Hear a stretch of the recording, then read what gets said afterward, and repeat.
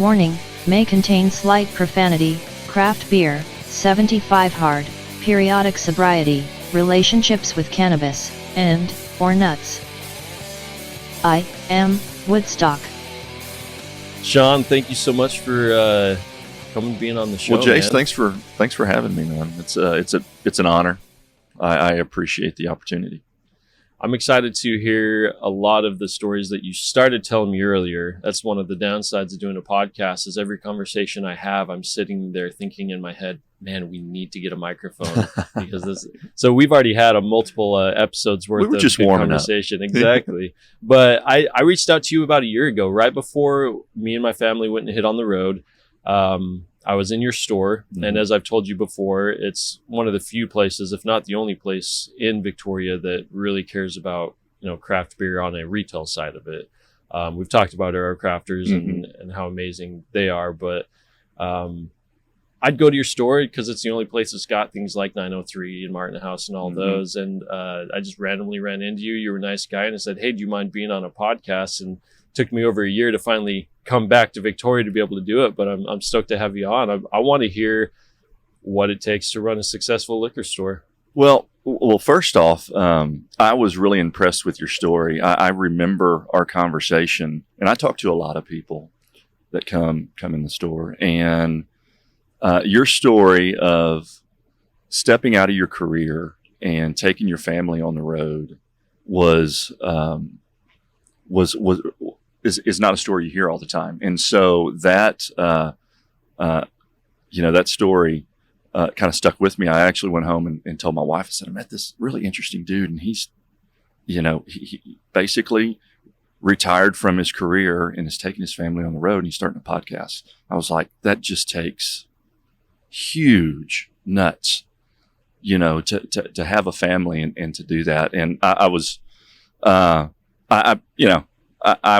really impressed with that story, and thank you for when you got back into town to come see me again. Follow through with the request for us to sit down and talk. So absolutely, it's my pleasure. It's great having you. Yeah, the liquor business is fun. That's the first word that comes to mind. It's fun in a sense that it's essentially recession proof. So you can kind of jump into it without there being too much risk. There's a lot of competition in it, but you can kind of find your the things that make you unique, your competitive advantage. And that's what we've done with the craft beer, I think. I'm a home brewer. I've been home brewing beer for 10 years. And so I'm passionate about that. And I wanted to kind of take that passion and bring that into a retail setting, which, a couple of the other big box stores in town had a selection of craft beer. But they had this, you could walk in there, 3 months apart, and they would have the same selection. And so I knew that all of these little breweries and distilleries were popping up all over Texas, and wanted to be able to introduce that to the Victoria market. And so it just kind of grew out of my passion for home brewing and just the craft that goes along with that, as well as, trying to give these up and coming breweries and distilleries a retail outlet. So lots of fun interacting with these different brands. They're very creative. They come out with all these different styles of beer, and we get to showcase them in the stores. So do you deal directly with the different brewmasters and the owners of these different spots, or do you go straight through or strictly through like distributors? We have to purchase through the distributors. There are some brands that self-distribute. They're rare. Some local ones here in Texas. Martin House is one of those. Oh, I didn't know that. Well, they self-distribute territory north of Interstate 10, and then they go to Benny Keith. Everything's south of 10, so we're south of 10. So I deal with Benny Keith, but what they self-distribute and what they distribute to Benny Keith are different. So we have a limited we have a limited selection. Because Martin House, they have something special going on up there. Yeah. Actually, Angie and I, we were up for the packaging convention for our industry convention that's usually either in Fort Worth or Dallas every year. And this last year we were up there and went to go visit those guys over at Martin House. Really great bunch of guys, super cool place. And just the combinations of different flavors that they're experimenting with, and being able to do it and do it well is those guys. When it comes to, in my opinion, when it comes to stouts and it comes to sours, those guys are pretty much leading I think the Texas craft beer market for sure. Sours definitely. On the stouts, I've been very pleasantly surprised with 903, and we talked about them a little bit yesterday. I dropped by your store yesterday and grabbed a few, and you were telling me about Symbol, which I didn't even know about that. I've got to reach out and kind of figure out about that. Apparently it's the kind of a pet project of one of the brewers up there at 903. It is, as far as I know, and I don't know those guys. I haven't had a chance to go up to the brewery, but as far as I know, Symbol is a side project of their brewmaster. And I've had all the 903 stuff that I can get my hands on, as well as the Symbol, and they're just high quality beers. They're fantastic. He was on the show, as I mentioned. He sat and told us how when they make, I think the example he used was a churro beer.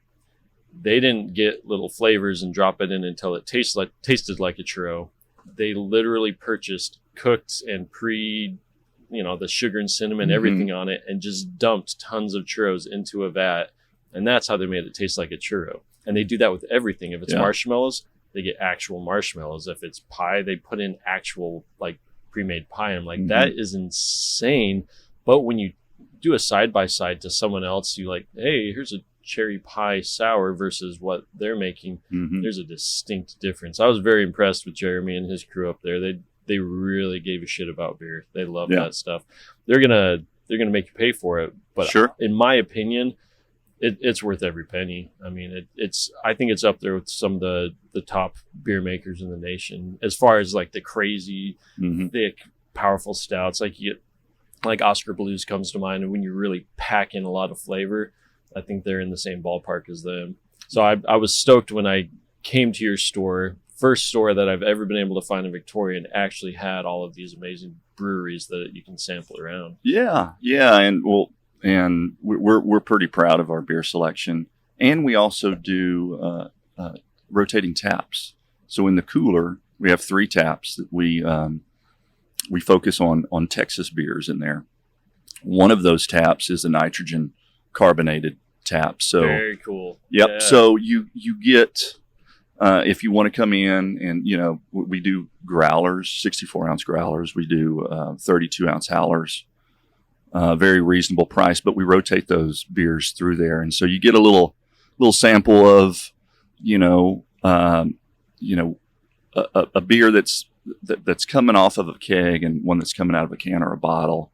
Has a little slightly, when you start really getting into beers, there's little nuances in those different packaging approaches that you can taste when you start to kind of really dive into it and become a super taster. And so, are there any beers that you can only get in keg? Yes, typically your seasonal, limited batch, small batch beers, they won't package, primarily because the TABC permits for labeling. That process to get that approved is pretty long. So if they're going to package it, they're going to produce it in a volume that makes that worthwhile, right? So on these smaller small batch seasonal stuff, they will keg that as opposed to packaging. So that's typically stuff you'd only be able to get in their specific tap room, but having that setup, which I absolutely love, you walk into a cooler and there's just the taps there and they'll fill up. I'd never seen that in the liquor store, by the way. This is the first time. And I've since, asked around, and there's very few liquor stores around the nation that actually have that option. But I'd be very interested to see what type of specialty kegs that you can get that typically you'd only be able to get in a tap room. Maybe you can make buddies with some of these brewmasters and get a keg or two over here. Yeah. We like to think we can get a pretty good selection. We work with probably when it comes to just craft beer. I think right now I'm working with 6 different distributors, and so those guys get they have a pretty good selection. A lot of times it's about timing and us looking for a specific keg from a specific brand, and they having some inventory of that. So a lot of that's about timing. So there's the big guys in town, like the specs. We don't have any Total Wines here, which I went to my first Total Wine last week. Holy shit, those are huge. I know. It's kind of like the Walmart liquor stores. I was about to say Disneyland. Well, yeah. But other than what we just talked about, the variety, the high quality, like I guess more of a boutique choice in beer selection, how do you actually compete with some of the big box stores? Because I imagine they can just buy stuff so much cheaper than you can. They can, but they have to buy it in large volume. And so to me, that's a disadvantage, right? Yes, they can price it a little bit cheaper, but they have to buy it by the truckload. So I prefer to take the approach of having a larger variety. Yes, we have a smaller amount of it, and the price might be a little bit higher for that because I'm not buying it by the truckload. But it gives us an opportunity to offer our guys a variety of different things. And so, and as you've seen, we pick those, whether they're 12 packs or 6 packs, we pick them apart, and you can come in and pick one of them if you want. So you can pick your own singles, 4 packs, 6 packs, 12 packs, and they all be a different brand or style of beer.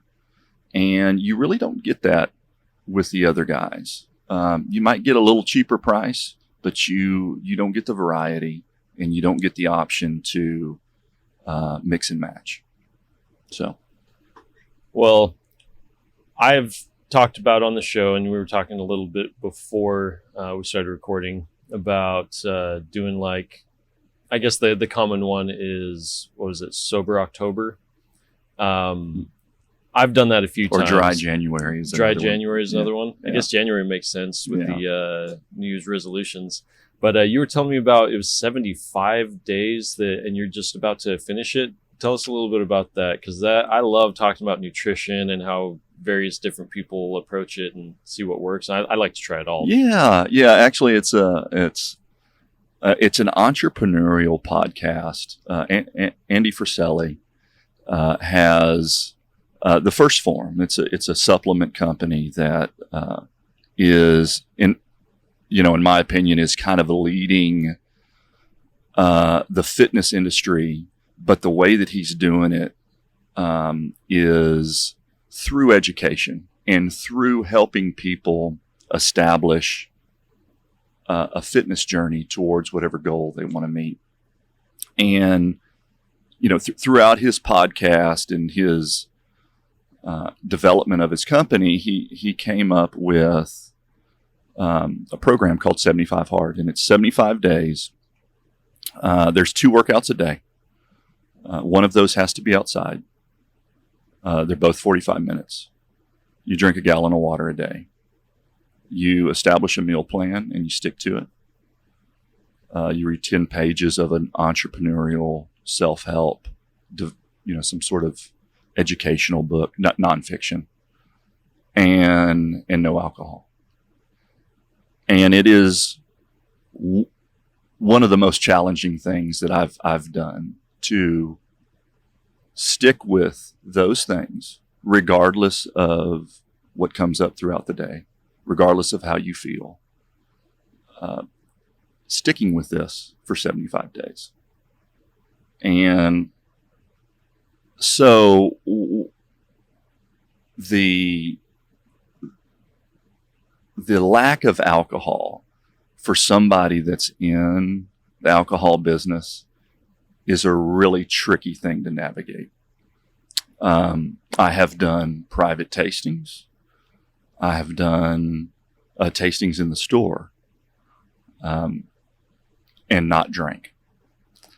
And that's a tricky thing to do. I mean, I know enough about the products that we're selling that I can talk my way kind of around what's the notes you're pulling in the nose, what's the notes on the palate, how's it finishing. I can kind of talk my way around that.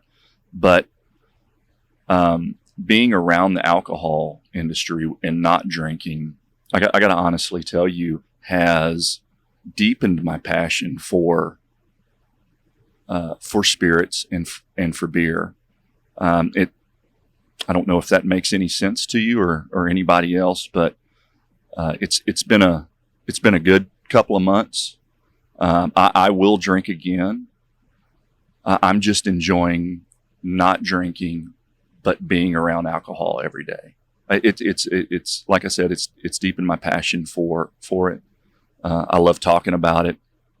I got another tasting we're doing with a private party over at Moonshine on Tuesday, and we're gonna take. I think there's about 20 people involved in the party, and we'll take them through. I think Bo and I are talking about doing 5 different Texas bourbons. Oh wow, that sounds. How do I get on that list? yeah. It's those have kind of those opportunities have happened over the last year, and I take every one of those opportunities and kind of figure out how many people they're going to have, what what kind of drinkers they're going to have there. Do they want to pair it with food? And so is this specifically just to come try some different bourbons, or is it they have like a company party going on and they're putting that in? What's the dynamic there? Well, this one is this one on Tuesday is a private party, and I think it's all males, which is not always the case. So kind of like someone's throwing a bachelor party and they rented the place out. Yes, and they're not normally open on Tuesday, and so it's just this private party, and so I'm actually not sure exactly what the celebration is, but we're gonna pick 5 bourbons, and basically, there's a way to taste those to where they don't overpower the palate. So you kind of start with the lower proof first, and work your way up to the higher proof, and they're always fun. They're always fun. I actually did one. It was in a private home where we paired it with sushi. It was a Japanese whiskey tasting, and so we made cocktails to kind of get everybody warmed up, and did it like a Japanese highball. And what's a Japanese highball? It's a kind of more of a spritzer type. It's Japanese whiskey and mineral water, and a twist of lime. So it allowed them to kind of mingle with that one. And then we came in with a Japanese blossom, which is kind of similar to an old fashioned, but in the style of Japanese. And it's they're very strict on form, right? So you stir the ice. The Japanese way of preparing things. Yes, I love that. And so we tried to replicate that the best that we can, without the strict cultural experience. Would you just like go on YouTube and learn how to do it? Like, how do you pick that information up? I try to prepare. Like this weekend, I'll I'll go in once we pick our bourbons that we're going to taste. I'll go in and learn a little bit about the distillery, so I can talk my way around that, the history of it. What's the grain bill on that particular whiskey?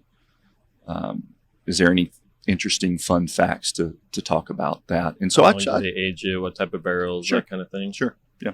And I'd love that. Yeah. So I try to put a little bit of thought and study into it before I go in and speak to it. So if you were going to do a tasting that was, hey, we want to know what Shawn likes, and go through, it doesn't have to be bourbon. It could be any, let's say just 5 alcohols. Mm-hmm. Do you have specific spirits, whether it's Irish whiskeys or different vodkas that are specifically, I love that? For example, my wife, she just really likes Captain Morgan for some reason. Mm-hmm. We've tried all these other fancy rums. She's like, I just like Captain Morgan. She's a rum girl. Mm-hmm. As far as whiskeys for me, we've been talking a little bit, like Buffalo Trace has Sure. been my go-to, but I like variety. So I like to do the Scotch thing where I'm trying to different, Mm-hmm. some of them are way too smoky, some of them are way too peaty, So are there any that are your go-tos, or you like me? Do you like a variety? I'm moody when it comes to spirits. I like a good cocktail every now and again. I for years and years I was a rum drinker, and I've kind of graduated to drinking rum neat. I think I like to think that I'm now drinking like an adult. Actually tasting the alcohol Right, instead of and Coca-Cola with a little bit Right. of Everclear in it. yeah, which is great. But as you grow up and kind of develop the ability to taste the different little nuances in things and appreciate that and kind of get over the alcohol bite. You start to drink things neat, or maybe on the rocks. But yeah, I enjoy bourbon. I enjoy rum. So when you're doing these tastings, you're going to do them neat for all the guys? Oh, or yeah. Okay. There are, I'll tell you this, there's some bourbons and some whiskeys out there that drink better with a little drop of water. And so it's not sacrilegious to do that. Actually, what that does is brings out the aroma a little bit more in the glass, so you can smell it, and it softens, especially if it's a higher proof. It softens the drink a little bit, and you can appreciate it more. So there is no shame in dropping a little water in it. Yeah, I'm a 1 or 2 cube type of guy, because you get to taste it all. You Mm-hmm. get to have it neat right off the bat, as long as you're sipping it quick enough, which I usually do. Mm-hmm. You get to feel that burn, you get to feel all the profile, but as it waters down in a good way, you start to taste very different profiles. And that's why I've leaned more towards different types of, scotches and different type of whiskeys, because you get this flavor profile that it's not one drink. You get like multiple drinks in one cup. Sure. Yeah. Maybe I'm full of shit. But. Well, no, but especially if you're putting a cube in there, and as that melts, you're going to get different notes that come out, depending on how much that water has influenced, the drink, and maybe what shape of glass you're drinking in is also important, and how that aroma is actually transferred to the nose and mouth. I didn't even think of that, but it makes sense that each type of drink has their own different type of glass. Have you ever tested it out? Like, is it really like if you have a different size glass and you're drinking the same alcohol, is it going to taste different side by side? I'm curious. Well, I'll say this, that if you're wanting to appreciate the nuances in it, if you're wanting to sit there and nose, a whiskey before you drink it, you're going to want to use a Glencairn or a Spade Dram, a glass that is usually a bit fatter on the bottom of it, which allows you to swirl it without the risk of spilling it. I have no idea. Glencairn? Glencairn. I actually, nope, did not spell that right. Glen and then Cairn. Okay, so that's like a typical what you'd sip like a bourbon in, right? Yeah. And what was the other one called? It's Spey Dram, SPEY Dram, DRAM. Spey Dram. Images. Nope. I put Spectrum. Spey Dram. It auto-corrected on me. Okay. Yeah, there we go. So Spey Dram is a typical one, and then the Glencairn's got just a little nub on the bottom to raise it up. It's like to describe it for those who are listening and not watching. So if you look at the top of either one of those glasses, they narrow, which allows the aroma to, you can swish it around, like I said, without the risk of spilling it. And then you have a narrow opening at the top of the glass, which allows you to put your nose in, and it funnels the aroma to the nose and helps concentrate it. Someone once told me that when you are going to taste a new wine, you're supposed to smell it 3 different ways. Positioning your nose 3 different places. Is that the same with whiskey? I haven't heard that, but okay. I guess, yeah. I tend to, just my kind of what's in my muscle memory is I tend to kind of swirl it while I'm nosing it. And I'll nose it first, and then I will actually kind of take a breath in my nose and in my mouth at the same time. And you get a little bit of that aroma in your mouth, which hits your taste buds and helps you start to identify it in a little more detail. Not just the nose, but you're also hitting it in your mouth. And so that's a technique that really does work. And in a good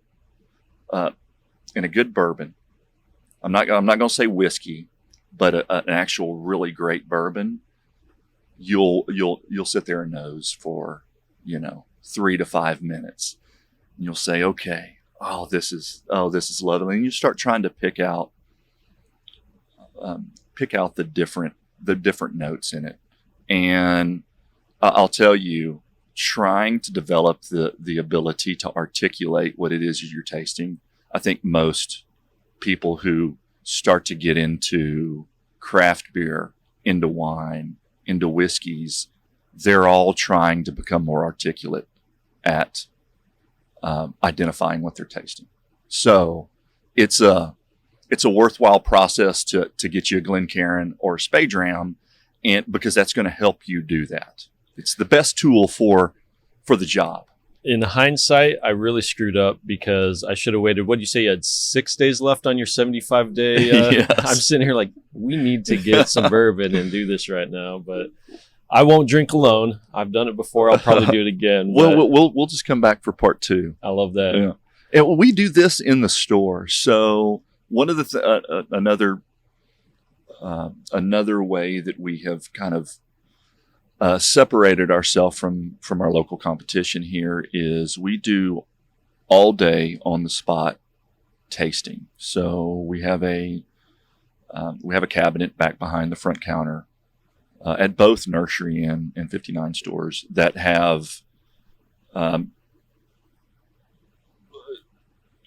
probably 30 to 35 different bottles of rum and bourbon and tequila that we offer the customers when they're coming in and they're considering buying that. We'll offer them a taste of it. That's a great idea. And I'll tell you that we sell a lot more products for that because people want to be able, especially if they're spending, $50 or $60, they want to get an idea of what they're taking home. And so what we're finding about 80% of the time when we taste somebody on something, they buy that bottle. So it's an approach that we use, and it's working really well. Well, you sauce them up a little bit and loosen up some of the gears. They're like, yeah, let's buy the store. But you guys have a drive-through too, right? We do, yeah. Okay, so my high school years and most of college years were also in Utah. They have very unique liquor laws that aren't too far from Texas. I think Oklahoma is probably the closest. Texas is a little bit looser, but they still have some weird liquor laws. I imagine you have to know those from start to finish, inside and out, in order to run a liquor store. If you had a magic wand, what would you change about Texas liquor laws right now? I'm pretty happy with the 3-tier system we have, which protects small independent business. Texas is a small business friendly state.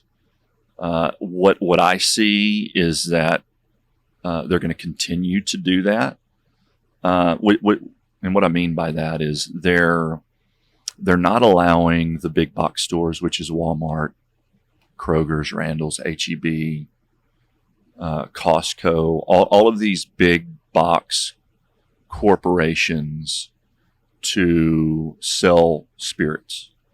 If they did that, that would be a game changer for small business in Texas. Would that put you out of business? Probably. Yeah, it would greatly affect our ability to compete. Because you have one of the best spots in town. You're just right there in the Walmart parking lot, which when I go to Walmart, I'm going to grab the essentials. And the essentials are right next door on the other side, on the liquor and nice craft beer side. Tell us a little bit more about that, because what's the 3-tier system that you mentioned? So it's the producers, the distributors, and the retailers. And that 3-tier system is law in Texas. So as a retailer, I can't go open up a bar and become an on-premise retailer. Or as a distributor, I cannot go and become a retailer. And so the integrity of each one of those, each one of the levels, in the business frame is independent of the other one. So Benny Keith couldn't open up a Benny Keith bar. That's right. They're distributors. And what that also keeps, like I said, the big box stores, which is Walmart, from becoming a liquor store. Now you'll find, I think Costco has opened up a liquor store, but that's completely separate from their main building. They call them liquor towns. And so it's a completely separate liquor store, although it's on their premise. Mm-hmm. And so we can't sell spirits on Sunday, which some of these bigger corporations are trying to erode these Texas laws that have been in place forever, with the intent of eventually getting to the point where they can mix their supermarkets and their spirit sales.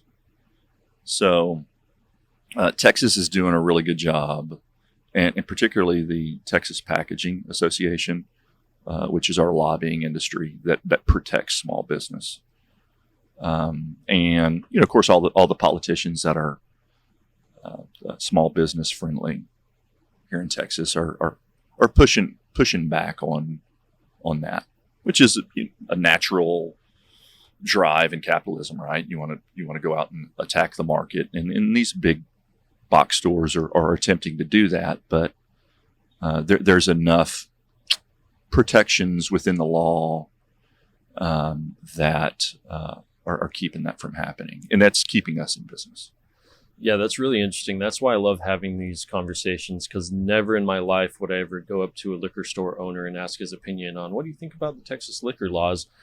As a consumer, I've been to all these other states and countries where they're just very lax. You can just go to the corner store and buy whatever you want as far as alcohol is concerned. And I never would have imagined that it'd pretty much be putting all the mom and pop, all the smaller liquor retailers out of business by doing that. Mm-hmm. Knowing that and knowing the benefit of having the availability of what you provide that no one else here in town does, that would really suck. But had you asked me before I had that little bit of information, what would you do? I'm like, yeah, sure. That's so I'll call in the stores. That's nice for me, but it doesn't really make the connection until you really get into the weeds of it, that I'm going to be hurting myself by doing that in some ways. You would definitely limit your choices, right? And so as things, if let's just hypothetically say that all the big box stores were able to sell spirits now, and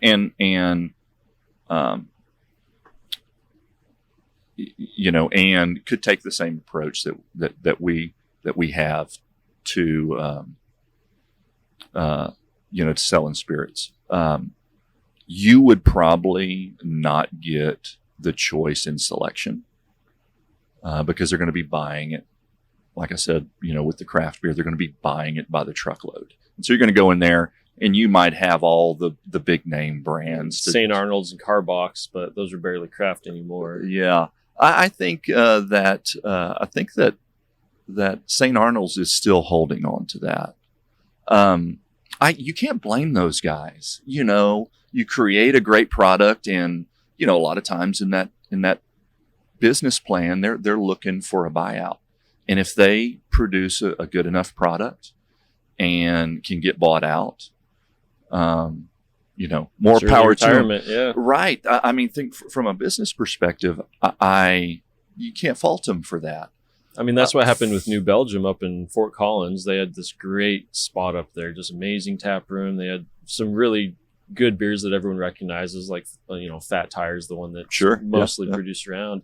And they ended up selling out, and lots of people were upset. But like you said, I'm not hating on St. Arnold's and Carbach by any means, because they've run a fantastic, they've had a great run here in Texas, and they were the ones doing craft beer before craft beer was big. And they've some great tap rooms. Have you been over to the new St. Arnold's? No, I haven't. I haven't. You got to check that out. It's like right downtown. It's beautiful. We're not right downtown, but it's pretty close. Well, I know. I've seen pictures, and just the building that they're in is kind of, they have it kind of decorated like a cathedral, and got some stained glass, and it's in one of those old buildings, kind of in, I don't know if that's the 3rd ward or 4th ward. It's one of the wards over there. 5th ward? Could be. But I did we do a BAE, a barrel aged everything series on the show, and where we just sit and we just talk about beers, and specifically barrel aged beers. And we talked pretty extensively about that area. I have a friend who grew up in that area, and to have a successful business there in a historically incredibly dangerous part of town, it's just a huge, ray of sunshine in that area, because it allows a little bit more growth in the area. So good on them for sticking to their guns in that spot and really making it a beautiful place. Yeah. I think the point you were alluding to is that when they do get bought out, the loyal fan, the craft beer lover, is probably a little bit disappointed, right? Because the business model changes. You start seeing them in more stores. There's more volume. It just changes. Well, the loyal customers are probably happy because you're going to see these different beers. Well, New Belgium again is a great example. They have the Voodoo Ranger, which normally you'd have to go to Colorado to get. Now, when I did this U.S. tour, probably 75% of the gas stations I was in the northern country had this 9% ABV IPA that's actually pretty solid. And the only way that could have happened is them being bought out. I think it was it InBev? Or who owns Budweiser? Anheuser-Busch? Anheuser, or there's like another corp. But anyways, I think they're big. They're huge. Pretty much there's like 2 companies that own like 90% of all drinks, right? They're just labeled differently. But On the other hand, the people who truly love craft beer, as you pointed out, if you get the same beer every single time, they're going to get tired of it. Real craft beer guys, they want to switch that up. Sure. They're not loyal. As you know, Jeremy at 903 says, you got to have different stuff coming through all the time. So if you sell out, the worry is that part goes away. Yeah. You know, and that's understandable. I think another good example of that is Shiner. Yeah. Shiner was bought out, I think, in the late 80s, early 90s. And I think they were bought out by Constellation Brand, who owns Corona. So I think it's one of those larger corporations. But and you can pull that as far as you want, up into as you want. There okay. You go. Make sure you get that nice sultry voice in the microphone. Okay. I think Shiner's a good story in that regard, because they had Shiner Bock, they had their premium, and that was about it, right? Now you look on the shelf and there's all of these Shiner expressions, styles of beer. And so I think Shiner is one of those examples that has gone the other way. That used to be a small brewery that had a very limited selection, but got bought out by a bigger corporation and now has all of these different styles that is arguably competing with little bitty craft breweries for selection. You don't usually see that in a big conglomerate. Yeah. That's business. A good point. Really good point. And Shiner, I mean, growing up here, Shiner was, 45 minutes away. And that was the beer, for me, that was the beer that I drank coming right out of high school, that was different than the American lagers that we were drinking by the case every weekend. That was fuller flavor. That was different than what we had been drinking. That was, looking back in hindsight, was a stepping stone into craft beer and appreciating all the different flavors of beer, instead of sticking to just drinking Lone Star or Coors Light or the Beast or whatever. And the Beast, what's that? Milwaukee's Best. I never heard that before. You know what? I can't ever recall ever having a Milwaukee's Best. I don't think I've ever had that beer before. You're not missing much.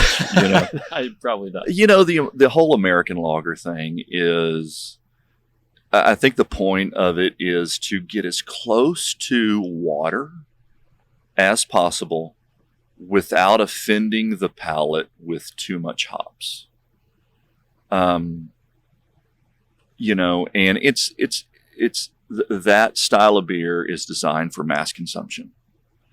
And I've made it a point throughout my craft beer journey to try to turn folks on that are drinking the same beer that they drank, coming up in high school, to try to get them to change to at least trying a similar style beer, but that's from a craft brewing approach.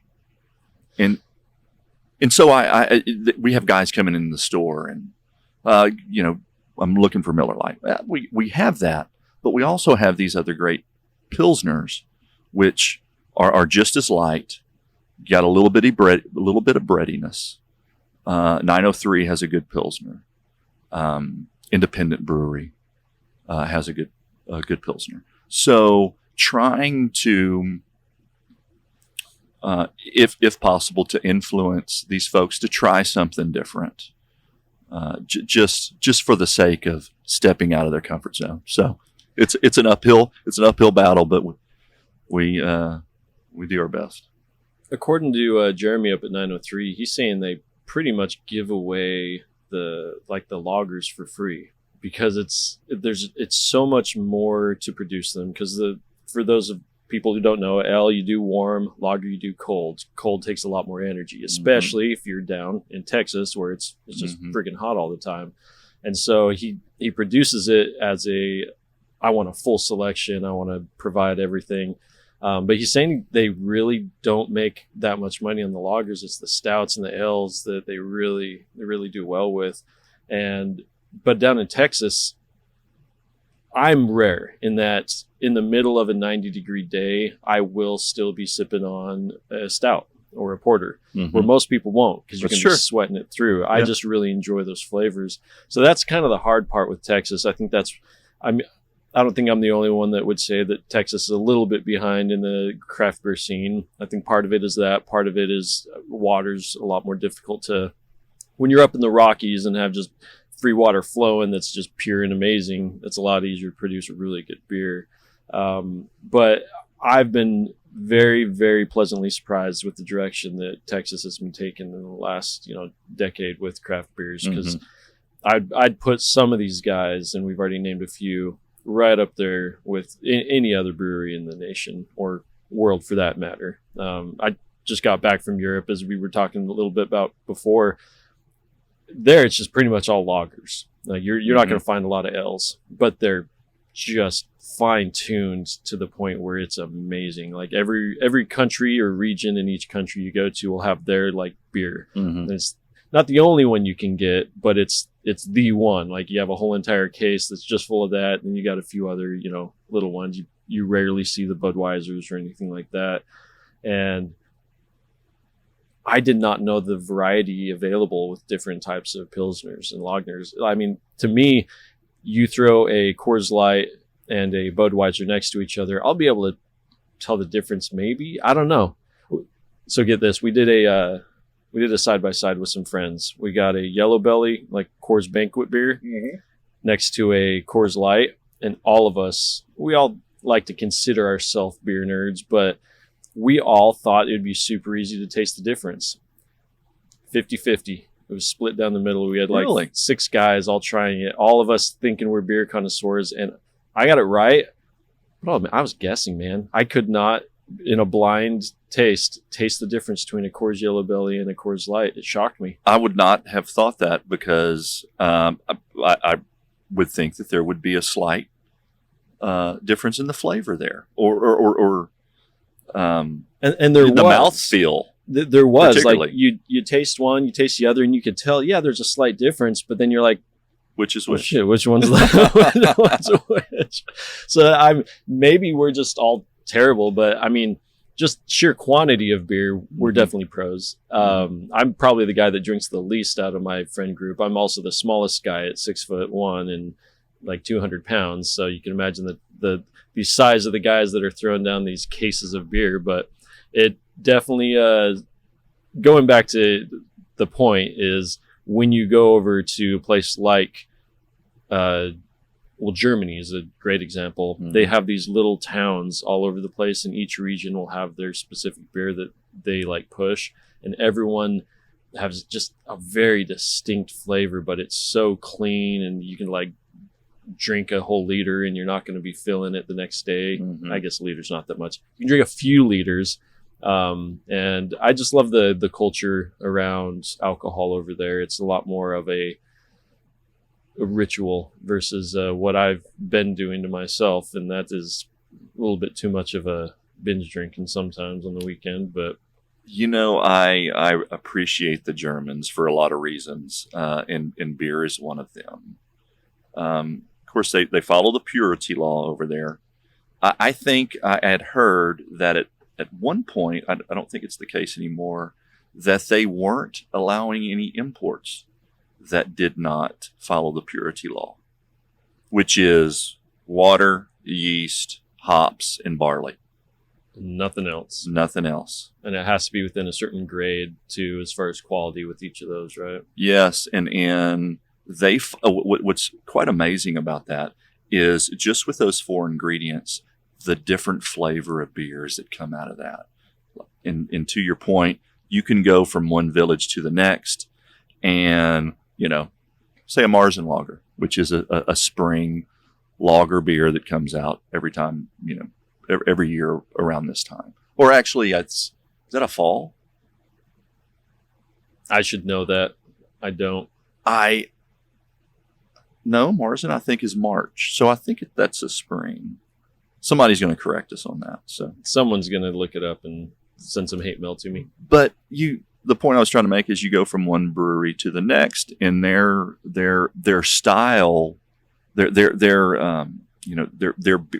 beer within that style is different than the next village, and they're using, the same 4 ingredients. How does that happen? They might be using different yeast, a little different yeast, maybe a little different malted barley. Maybe it's heated for a little bit longer, not as much, and just those little bitty changes in their process or the ingredients. It turns out to be a completely different tasting beer, and the fact that it's part of their diet. It's not overly emphasized as alcohol. It's a staple carbohydrate within their diet, and they're just very, very easy about it. And if you've ever gone to Oktoberfest and celebrated the harvesting of their grow season, they really, really celebrate their beer. And it's a great experience. If anybody has, have you been over there? I have. Yeah, buddy. Me and some buddies in the 90s did a backpacking trip through Europe, and we started in Munich during Oktoberfest. During Oktoberfest, we call it the last weekend, which actually starts in September. Yeah, that's when I went too. Yeah, that last weekend, and it was different than I thought it was going to be based off movies I saw, but in a really positive way. Yes. Like, just a freaking great tradition there. It's just, I can't say enough about it. The fact that you're walking around this huge plaza, people completely shit-faced, but everything's spick and span clean, and there's no solo cups trashed everywhere. You don't see that in the U.S. Yeah. You just don't. Yeah. And there's just so much national pride that in Germany. I think, I don't get into history or politics, but I think that the German culture has done a fantastic job of regrouping after World War II and reframing their culture and their economy. And it's really, it's probably one of the strongest countries in Europe now. And really good. I worked for a German company for a while, so really got to experience that culture and just walked away with it with an appreciation for, them being able to basically reframe their history and their culture. So, and they're serious about their beer. And I'm okay with that. What they don't have, though, and what I kind of want to circle back to, we were talking about it a little bit earlier, is bourbon. And I've been racking my brain as we're talking, trying to remember the term for it, but there's a small batch bourbons that are limited to each retailer. They only get a few bottles each time. Do you know what I'm talking about? There's a specific word. The term's allocation. There it is. Allocated bourbons. Do you... The bane of my existence. Why is that? Because everybody's looking for them. Buffalo Trace is the distillery in Kentucky that produces Eagle Rare, Blanton's, William LaRue, Weller, Stag. I didn't know they produced Weller too. Mm-hmm. So all of those come from the same distillery? Yes. Yeah, I'm not sure if they're all distilled in this. I don't know if there's just one distillery or if there's multiple ones, but that's all within the Buffalo Trace brand. And really, really great juice. grain bills tend to have a high wheat percentage in them, which mixed with the sweetness of corn and maybe a little rye or a little malted barley really creates a really pleasant juice to drink. I mean, I've had a few of the ones you just named. My previous boss, really cool guy, he's really into allocated bourbons. And so he's always asking me if I was driving somewhere for work. He's like, check the liquor stores. Mm-hmm. Why is it a bane of your existence? It's just you're constantly getting calls or what? Sure, yeah. Or like these guys like me asking, so you going to hook me up with some allocated bourbon? Absolutely. And, you know, I'll tell you, probably on average, we have, you know, 5 calls a day and you know, 7 people that walk in. You got any Blantons? You know, and what makes them kind of a pain in the ass, for lack of a better word, is they're good, but there's products that are out there that are just as good, that aren't allocated, and you'll probably be able to get a little bit cheaper. Is it a status thing? Or do they think it tastes better because it's hard to get? It's a combination of both. I think. I think they're popular. They're marketed well. They produce just enough juice to keep that allocation status. And there's what I find as a retailer is trying, because I get a little bit. And when I first got into the business, I was trying to figure out how to capitalize on the little bit that I got, and I made the mistake in the beginning of trying to price it high. Well, that's what I was take advantage. What's to take advantage of the of the one bottle of Blanton's that I get, you know, a month or you know, every 3 months, and I was like, I didn't feel right, you know, charging $299 for a bottle of Blanton's, you know, when the cost isn't even close to that. But there was a market value that I was cognizant of, that I was trying to kind of walk a fine line with. And so what we started doing, and it's worked really, really well for us, is we take our allocations and we offer those to our most loyal customers. Okay.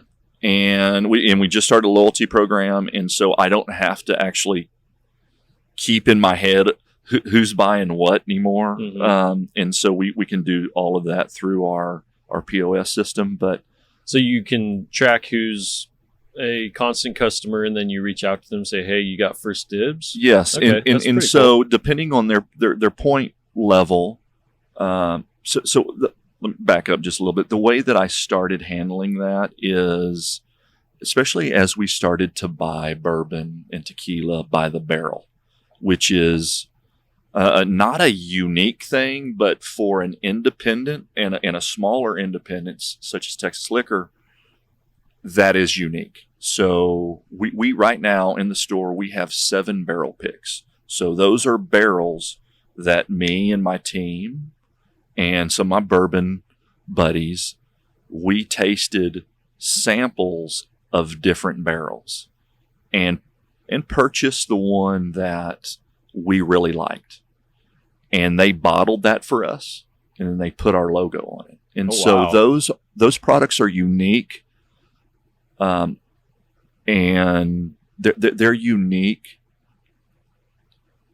as compared to the typical expression that's on the shelf. It's a single barrel. It's uncut and unfiltered. It's not like anything you're going to taste. It's unique to that barrel. And so with having those private barrels has allowed us to attract bourbon hunters and people that are looking for very special items. And so what we started doing was asking for, if you were coming in looking for an allocation, we asked you to come in and buy some of our store picks. And that really, instead of trying to get $299 for a bottle of Blanton's, we say, hey, and you walk out of the store with one bottle, which hurt my heart, to be quite honest with you, right? It's just, there was a market for that, but it's not the way that I really wanted to do business. Yeah. It's not the reputation that we wanted to have. And so we wanted to develop something different. So we started buying these barrels and asked that if you're looking for Blanton's, come in and buy $300 worth of our store picks. And you get the Blanton's for SRP, which is, roughly $69. And you walk out with 6 bottles instead of 1. And it's worked really, really well. That's a great idea. And the customers are happy when they walk out because they're walking out with a box of bourbon instead of 1 bottle. For the same price. For the same price. Well, that's better than my idea. I was thinking, like, how would you handle that? And you being a very local guy, caring about, building a community and people willing to pay $300 for a bottle that really costs $60. I was thinking, like, maybe you do like a silent auction and say like half of it goes to like a charity in town or something like that. And people would probably pay just crap loads of money for those things. As long as they see the next guy, they're like $350. No, I'll pay $400 for that shit. Yeah. But that's a lot more to keep up with.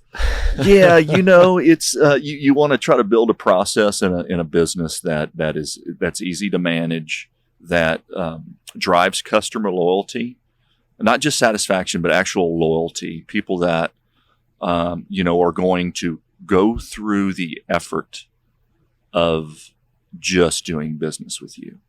If you can develop that in a following, then you got a sustainable business. So we're when we make decisions at Texas Liquor, that's what we're working towards, is developing a brand and a following. So we're having a good time doing it. Well, you got me, and I didn't even know any of that. I just went there because you have a great selection, so you have a good eye for that. While I have you, I do need to get some of the dirty deets on liquor store ownership. Was it once or twice a year? Some other liquor stores, they do like tax days where it's only like $1 over cost. Do you know what that's all about? Is it just they're trying to dump inventory because that's what they get taxed on? That I have not heard of that. Is it you like Twin Liquors? Like I think it's once a year, maybe twice. You can go in there and buy like say it's $150 bottle of scotch. They're going to sell it to you for like $90 because pretty much all of their markup, they just want to offload inventory. Mm-hmm. And I don't know why they do it. Someone told me it's for tax purposes. So I just wanted to get your the inside take on that. Yeah, I didn't realize that they did that, but that would have to be on probably New Year's Eve. So on January, but it was like I think it was in the fall or the spring. I'll have to look. I know Twin Liquors does it every year, and they do it across all their different.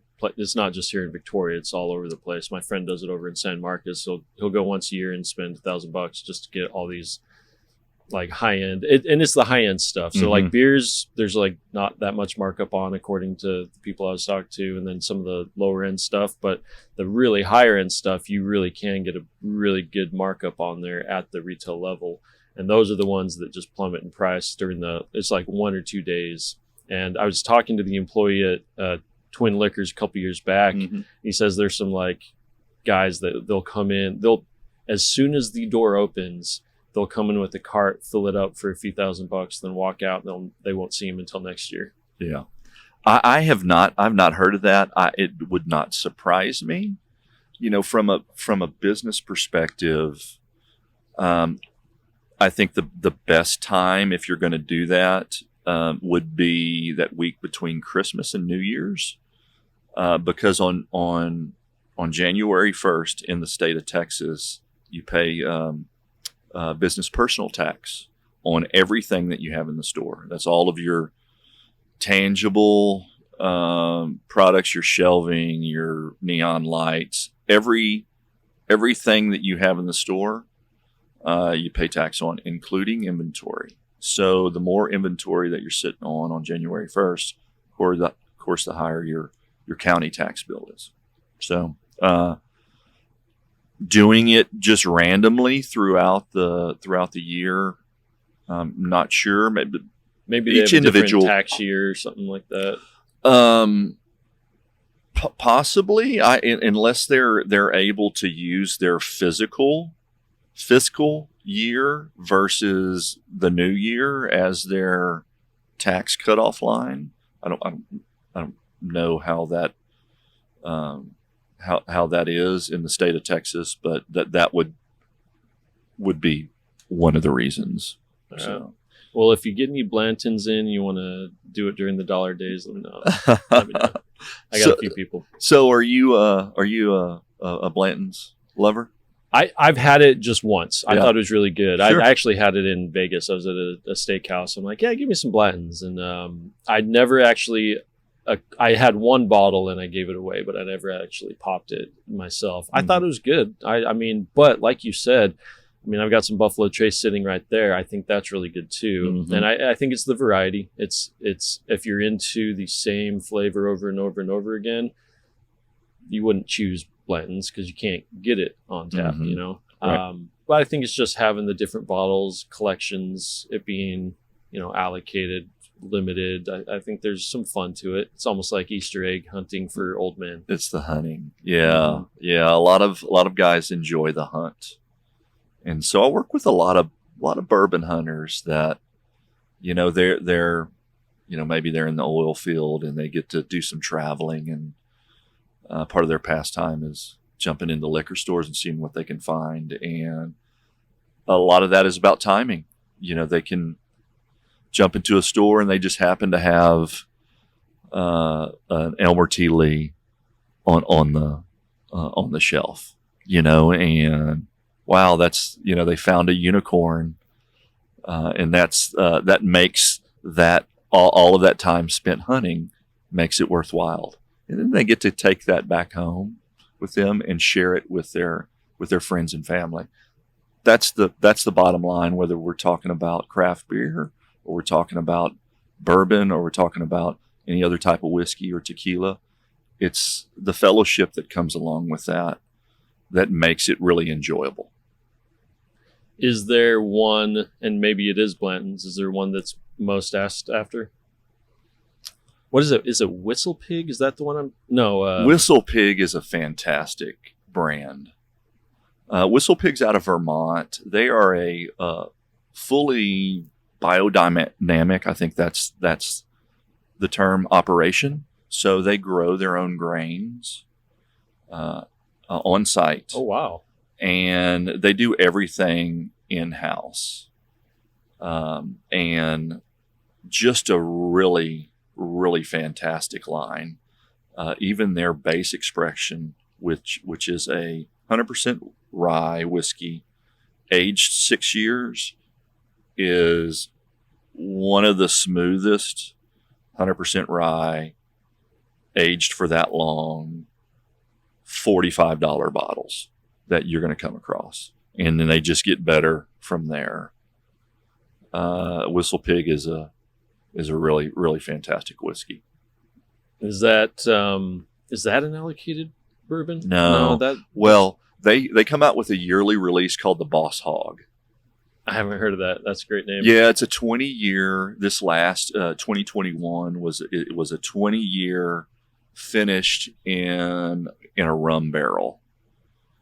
And it's, you know, that's a $599 bottle. Of course, it's a fantastic 20 years. It's a fantastic presentation. It's got a little pig stopper on the top of it. You know, the packaging is really great, but more importantly, the juice that's inside the bottle is really, really good. I've been really impressed with everything that I've had from Whistle Pig. So if you get an opportunity to get a pour at one of the pour houses that you go into, try Whistle Pig. You won't be disappointed. Absolutely. You ask my wife, she's like, you talk about drugs too much. I'm like, well, I think it's important. I really do. Like, there's there's a part of me that I grew up 100% sober. Like just my parents never once touched alcohol or cigarettes or anything. And I was told it was a sin to have any of that. And so I think I'm overcorrecting from my youth. But I think it's something that we need to discuss as a society, because it's obviously ingrained in our society. We've seen it with the opioid addiction and all that.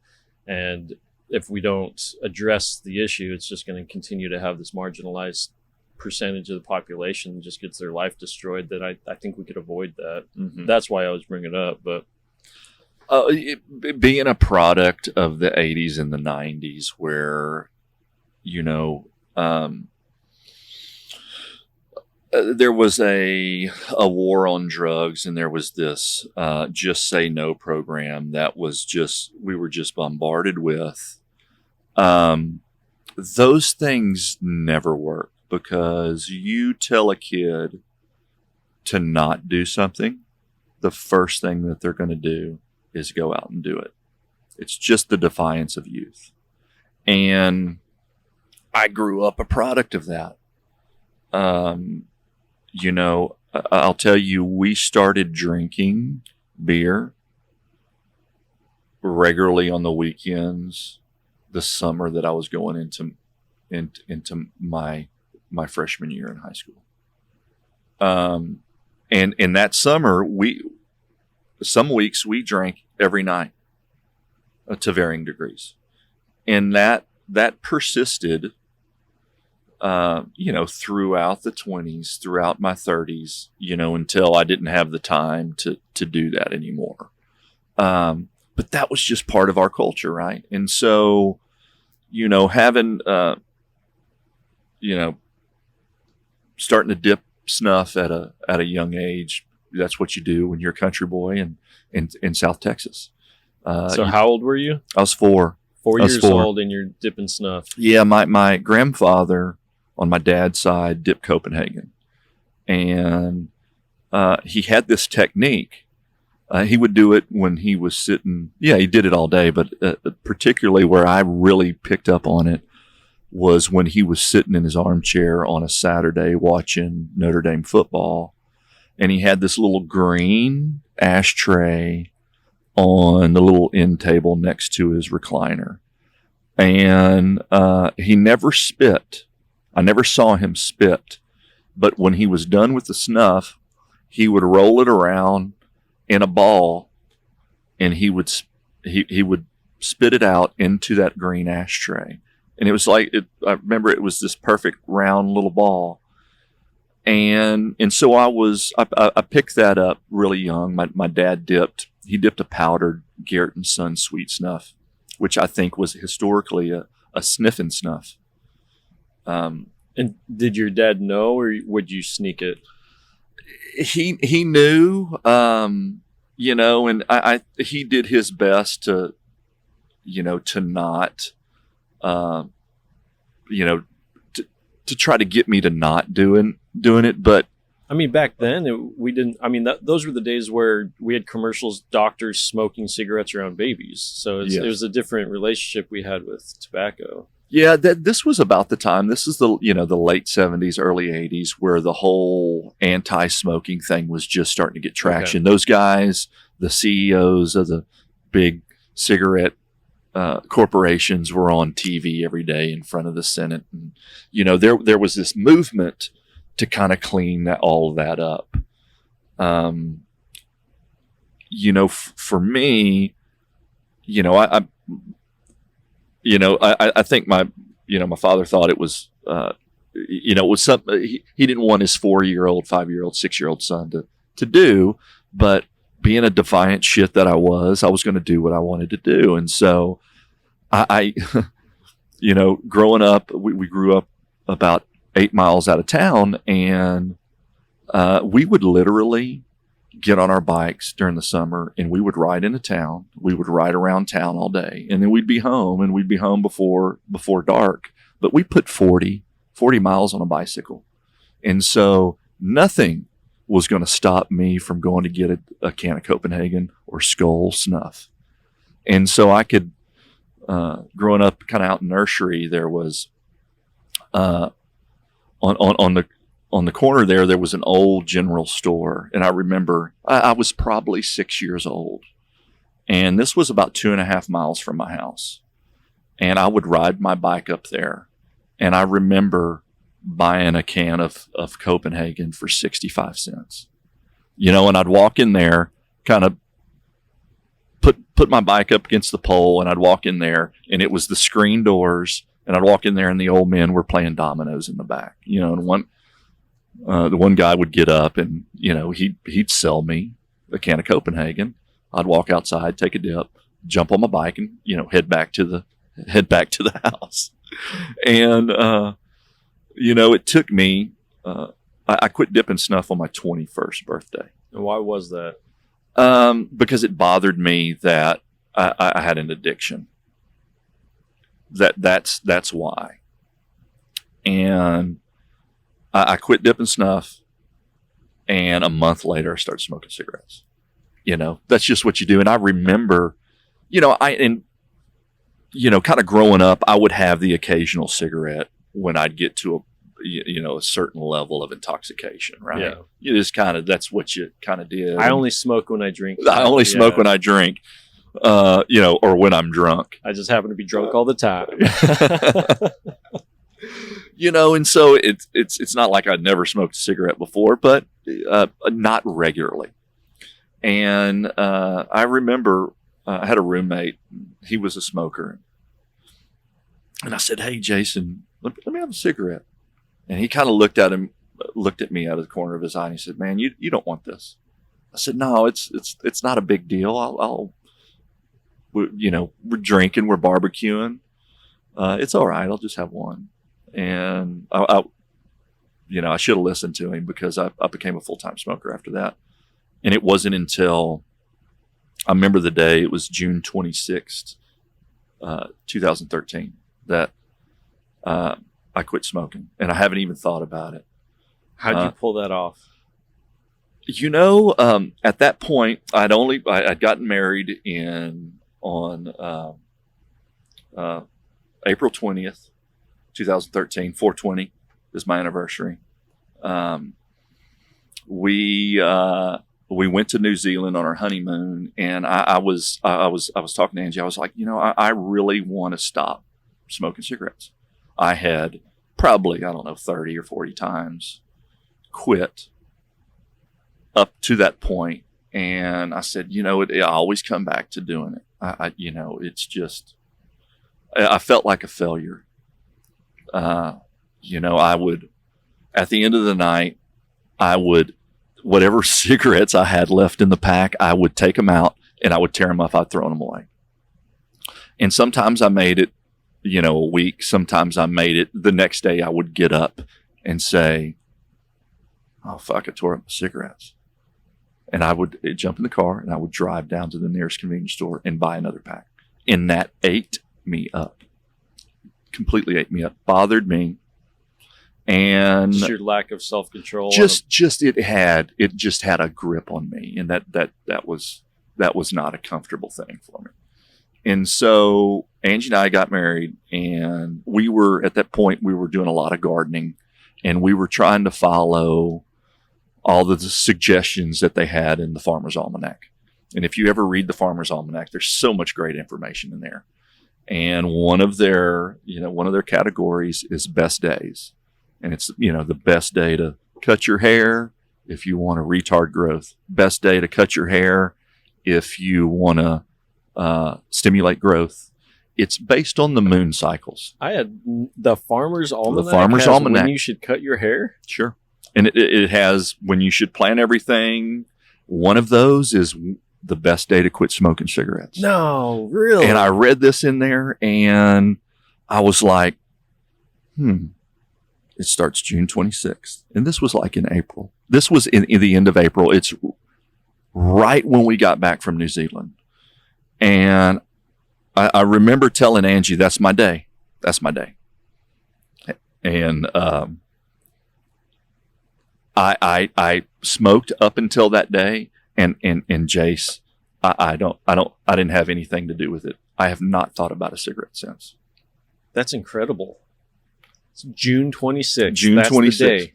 That was the day for that year, right? And it's all based on the moon cycles. I have not had a desire in the least. And I'm around smokers. We have parties at the house. They're smoking around there. I have no desire to smoke a cigarette, and I haven't. Sometimes when you quit one thing, like you did with dip, you replace it with something else. Did you replace it with anything else? I like I said, I've always had a relationship with cannabis, and I think that in a way helped me stop smoking cigarettes. My relationship with cannabis has always been fairly mild. I don't smoke every day. I'm not a wake and baker. Mm-hmm. I've never been that guy, but I've always enjoyed the effects of cannabis for relaxation. And there's been times in my life where I've coupled that with alcohol, probably too much, and in a way that wasn't healthy. But the relationship's always been there. And as I've gotten older, I've respected that more. The cannabis that's out there now is so strong. That industry is maturing. There's a lot of strains that are coming out now that have super high THC levels. No interest in that. And actually, I haven't had any cannabis since we brought in Hempire to the store. And so Hempire is a local Victoria brand. Devin Sharp, Devin's probably 28 or 29 years old. He's a Victoria boy, veteran, got out of the military. His family, very industrious. He's got an engineering, kind of approach to himself, right? And he's been influenced by some very creative people. Hempire is his brand. It's a great name. It's a fantastic name, and this kid is I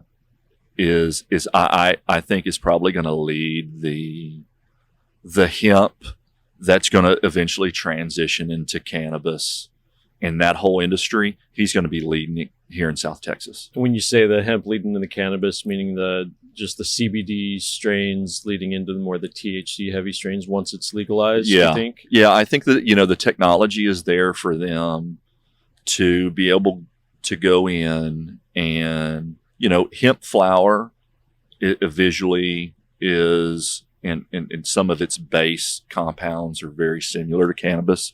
It's the cousin or the brother of cannabis, just lower THC levels. The technology is there to be able to go in and isolate the different chemical compounds, the different CBDs, the different THC, THCP, THCA, all of these different compounds that have different effects. They have medicinal effects. They have psychoactive effects. The technology is there for them to go out and extract those and be able to play around with that. He's really involved in that.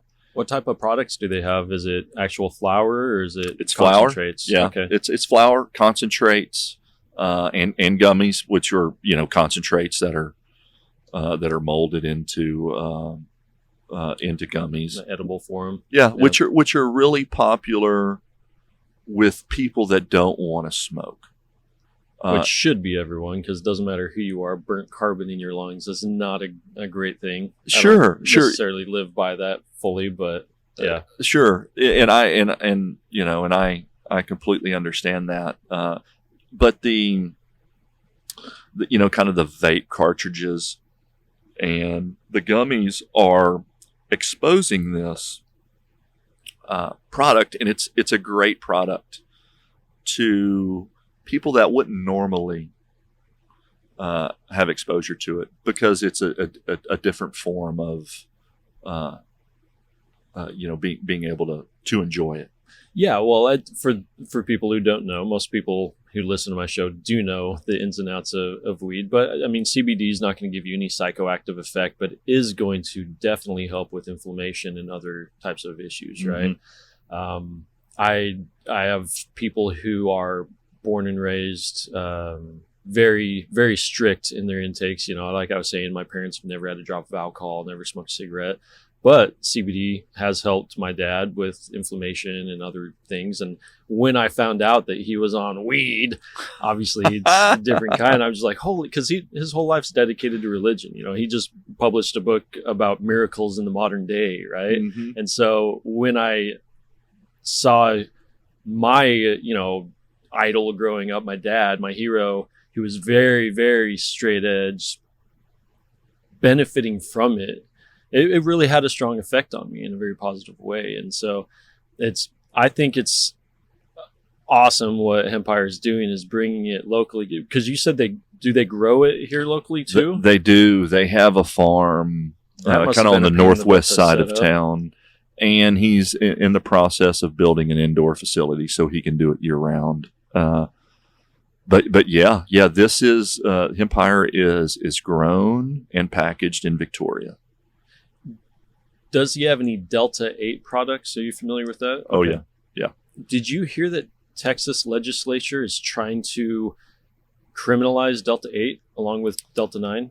Well, it was my understanding that they pulled, and this was before we had Hempire in the liquor stores. They pulled. There was so as I understand the hemp market is regulated by Health and Human Services, and there's state level, yeah, okay. Exactly, and there was some question on kind of the legality of the Delta 8 and Delta 9 extracts that come from cannabis. That's, as I understand, is sprinkled on or added to the hemp flower. And as long as it's within the 3% THC threshold, that it's legal.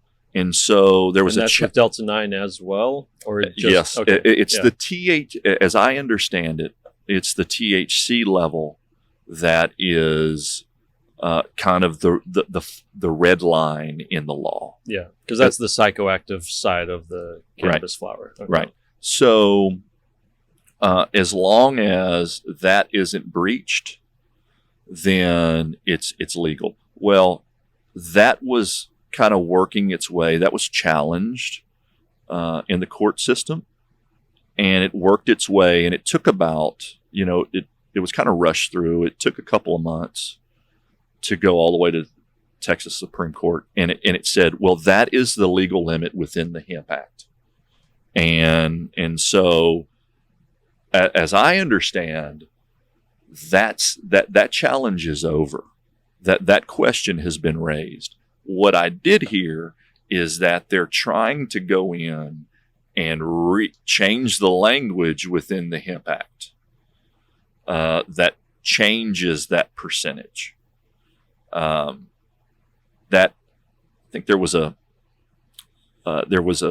representative from another state that was working on that language, but who knows if that will ever actually make it into law. But as of right now, what you can go and buy at our stores, or if you want to go into a head shop or any of these other CBDs or vape places, what you buy in there is, as long as it's under that 3% threshold, then it's legal within the state. I think it's important to know, and I'm not a scientist, so I have no way to test whether this is true, but the literature that I've been reading is that CBD has a huge benefit, but it kind of needs a catalyst, and that is at least a small percentage of THC. Mm-hmm. And I think that's why they left that up to 3%. Because if we're going to be taking something that can potentially be beneficial to us, we have to make sure it's actually beneficial. And having a small portion of the psychoactive material to unlock it, we all know, anyone who has a relationship, as you put it, with cannabis, 3% is not going to do jack squat for you on a psychoactive level. Right. But I think Delta 8's very interesting because it is still legal federally as well. It's not, I think that's the loophole, is it's a slightly different molecule, but it still does have a psychoactive effect, just a diminished, maybe like a third of the strength. It's cannabis light. Okay. Yeah. It's like, it's drinking your Milwaukee's Best version versus a big stout, which is these indoors now. That's a good analogy to use to relate it to beer. And one's going to get you really fucked up. One's going to be like, oh, I think I feel something. So people who are curious about cannabis and being able to experience and everyone reacts differently, but me personally, I feel it's a huge empathy boost. People who tend to smoke cannabis, in my experience, tend to have a heightened sense of empathy. If people want to experience it without having to go through the hell of smoking too much, I think Delta 8's a great way to at least experience, okay, this isn't as big of a deal as I thought it was. Yeah. I could potentially get some benefits from it. And the thing that really gets me going is old folks. When I see these old people who have just insane aches and pains, and their options are OxyContin or some CBD with some THC sprinkled on it, and the latter actually helps them out, that's something that I think is undeniable, that we are just hurting ourselves by having these laws in place that are keeping us from using some really healthy stuff, as long as you're using it correctly, obviously. Yeah, and I think that there's that's a pretty common understanding now. I think what's dragging is our politicians actually doing something about it, which is pretty common, right? You know, they're always going to be slow to react and make the changes that we need. Well, they do follow public opinion as well, right? So I think I have this large dream that this tiny podcast is going to somehow be a tiny drop in the water of, there's going to be a certain amount of people that hear it, and they're not going to hear all these other podcasts that talk about it. And they're going to be like, oh, maybe it isn't as bad. And so when they do talk to their governor, they're going to be like, hey, why are we making this illegal? I heard grandma's going to be helped from it. And I think public opinion needs to be there in place to where we have a consensus before politicians are actually going to get off their asses and do anything about it. I think we're there. In fact, federally, didn't we just have a vote in the Senate? Yep, passed the House. It passed the House. It passed the House, and it's I think it's being recrafted a little bit in the Senate. Of course, they got to have some, what do they call it? Some adders, some, we're going to have something that has nothing to do with, yeah, exactly. Wait, it makes me sick when I hear about all the things that are added onto these bills. And when you believe in the main thing for the bill, you're like, yeah, let's support that bill. We're going to legalize whatever's going to help us in society. But then you see all these dozens of other things that have nothing to do with it, that are just like buddies that are like, all right, you voted for my last bill, so I'll let you add this into it. It's just, how do we get rid of that? And I don't want to turn this all political. I hate talking politics because I know nothing about it, but it just affects all of our lives so much. It just gets me a little upset. I can relate, and I think our political system's in a state right now that seems very dysfunctional, and we need it to function. And I'm hopeful enough that it's going to get better, but just cynical enough to think that it probably won't be anytime soon. I mean, the optimist in me is, and I wouldn't even say it as an optimistic view, because this is just a realistic view in my sense. Just the trend of how our society is going, specifically in Texas, but globally as well. We're just way more open-minded to things that are not, the way we were raised used to hold a lot more value. And it scared us when we challenged that. And so we had small communities that wouldn't change while the rest of the world was changing around them. And I think through technology, we have the ability to communicate just across this world so much easier. Mm-hmm. We have a better understanding that the others, the outsiders, are just like us. It's not that scary. And so we're able to actually have the discussion about things where before we couldn't even talk about it. And so going back to the realism that I've been witnessing throughout my life, and then the things that I've been reading through the history books, is that humanity really is going in the right direction. We love looking at the scary shit that's happening. We have a war going on right now with Russia and Ukraine, but you compare it right now, even with their crazy gas prices, even with 13-20% inflation, which that's scary, it's still a pretty damn good time to live. I mean, as far as comforts and safety and just the ability to educate, I don't think there's a better time. I agree. I feel fortunate for not only, being raised in America, and I've had the fortunate opportunity of seeing a good part of the world, and being able to appreciate other cultures and love where I come from and the choices that we have, and don't want to see us spoil these, right? Because it's unique, the opportunity we have here. And I would I kind of lost my train of thought there. Sorry. Well, that's good, because I had a question for you. One thing that I've been scared about doing is coming to a place like Texas that obviously there's a ton of people coming here, and it's for a reason. And everyone who's been in Texas their whole lives, there's a saying,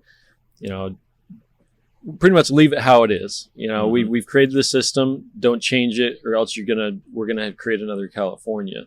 Someone who's born and raised out here, you're a country guy, you see the value in what this is. But as you mentioned, and maybe we can talk about where you've traveled and seen these different things from your travels, you have a great perspective to be like, all right, this is where I was raised, this is what I understand, it's comfortable. But I've seen all these other cultures, I've seen all these other things. With that perspective that you have, are there certain things that you would change about Texas and other things that you're like, no, we need to keep this and not touch it? I started traveling pretty young. During the summers, my father was involved in a summer camp. It was called Myers Mountain Men. And there were 3 trips during the summer. There was the Alaska trip, which was 6 weeks, and the Yellowstone trip, which was 3 weeks. And then there was a Colorado trip that was about a week and a half, almost 2 weeks. And this was a summer camp? It was a summer camp. That's awesome. And so what was unique about this is that it was started by Bob Meyer, a guy from Austin that just loved kids and believed that through outdoor activity, kids could become men, boys could become men. And late 70s, early 80s, my dad met Bob and got involved in Myers Mountain Men. And so Myers Mountain Men was Bob's vision of helping these kids become men. And so he had a Bluebird bus that was customized. You could walk up in the bus. Above Bob's driver's seat was a stereo, and there were speakers kind of scattered throughout. Typical bus, you would have your kind of overhead areas where you would store. So each boy, there was roughly 30 boys on each trip. They brought 2 beer boxes full of their clothes. They brought a fishing pole. They brought a cot and a duffel bag. Mine was an Army green duffel bag where I had my sleeping bag and my pillow and spending money. And so we would turn our spending money into Bob, and he would kind of tally all that up. And so whenever we stopped somewhere and we wanted spending money, we could check that out. He would account for all that. But we loaded up the bus, 30 boys, and we drove to Alaska. Wow.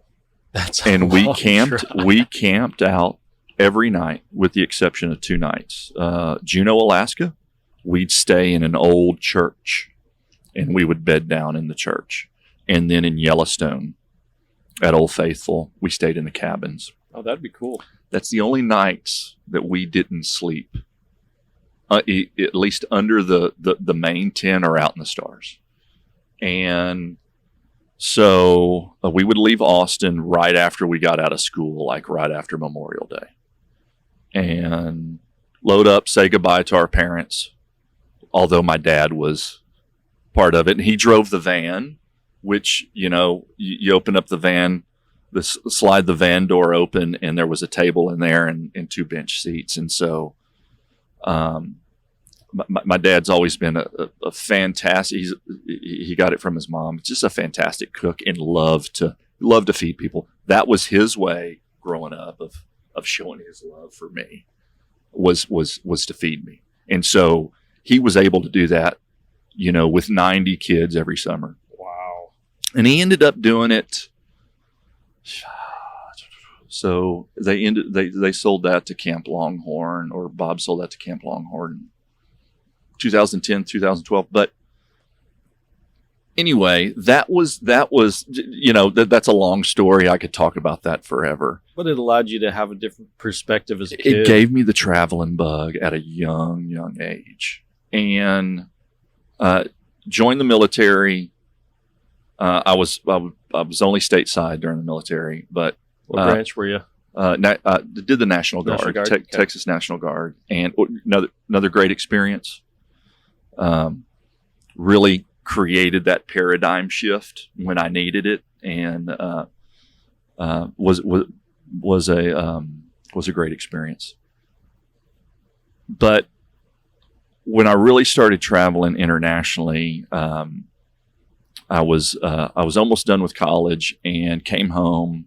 My mom lived in Houston, came home for Thanksgiving, and she had a neighbor that came over for dinner, and his name was Frank Blassingame. He's passed away now, but I was kind of telling him that I was going to school, I was going through the motions, I was almost done, and I had a year left of school. I had a semester of student teaching. I was going to become a coach, just like my dad. And I was just kind of going through the motions, and I was communicating that to him. And he said, well, if you're ever interested in traveling around the world and, and kind of getting into a line of work. And he was telling me about, he worked for a company called Tuboscope, and they basically ran these inspection tools through pipelines, and they got contracts all over the world.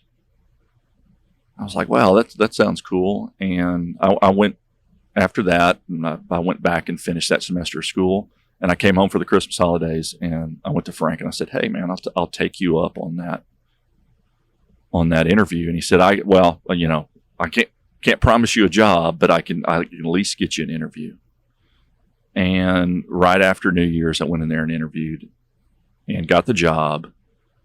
And in March, 2 months later, I was in Argentina, and I spent the first 3 years off and on in Argentina. That must have been a nice culture shock. It was a good time to be in Argentina. At that time it was booming. This was the mid to late 90s. It was like 96, 97, somewhere in that time frame. And the economy in Argentina was doing good. The most beautiful people in the world. I mean, just you have the dark skin from the indigenous folks in South America, mixed with a lot of Germans went to Argentina after World War II. So you get the dark skin, light hair, light eyes, just all around beautiful people, and beautiful country. You got the Andes Mountains that runs through there. One of the first places I went was Mendoza, which is right at the base of the Andes Mountains.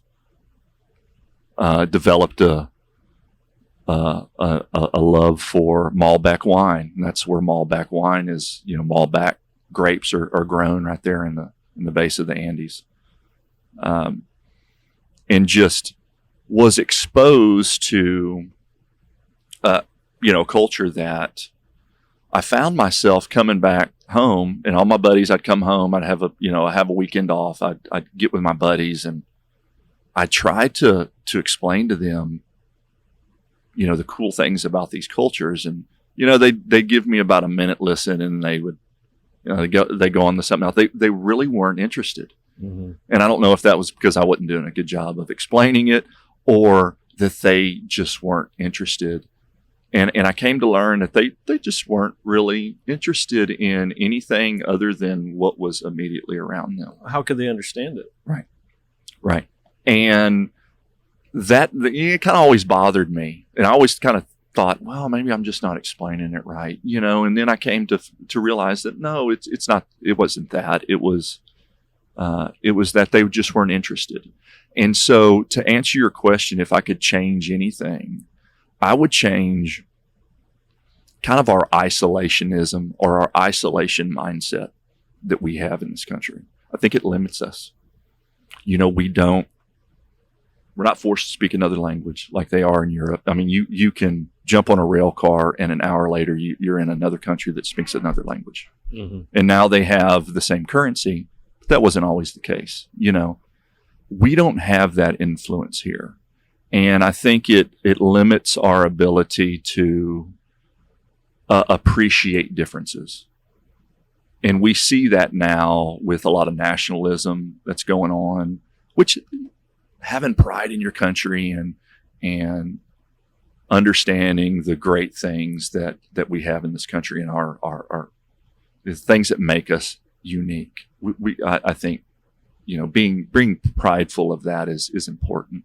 But also understand that we're not perfect, and that there are there's other cultures out there that are good in their own way, and it would be of value if we took the time to learn those and understand those. We're not forced to do that here. We're isolated. Yeah, we choose to, like your friends, just ignore that there's another way of life. And I'll be the first one to say, as an implant in Texas, y'all do it right on a lot of shit. Like, there's a reason I'm still here. Mm-hmm. It's my vibe, I guess. I love being in the country. I love having space, and I love just the culture that is here. But I've also, like you, experienced a few other different places, and there's just, I don't know.